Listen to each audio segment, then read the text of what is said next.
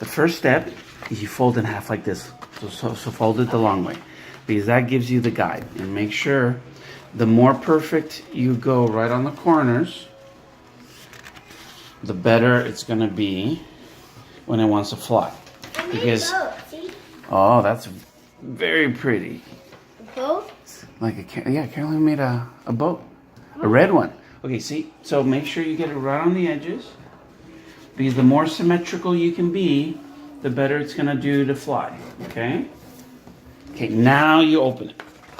So now you do that first one, right? You go down the line perfectly, right there, and you fold.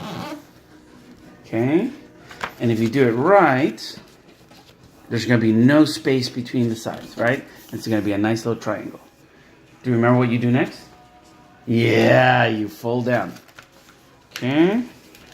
So you fold. Okay, like that. Okay, do you remember what the next point is? Uh-huh.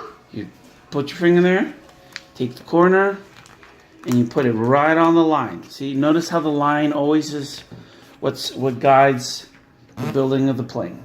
Okay, nice angle. And then you put the exact same place on the other side of the plane. Okay, boom. And you see, nice sharp angle, perfect. And what do you do to lock it? Yeah, you fold that over. Okay, make it nice and tight. Nice and tight. Perfect. And then what do? No, you fold it this way. You fold it back. And make sure you put it exactly on both sides the same place.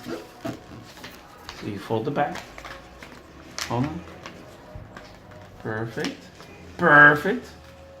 Okay. And then exactly, you make it nice and squeeze it. Okay, then you take one side and you go down all the way to the angle.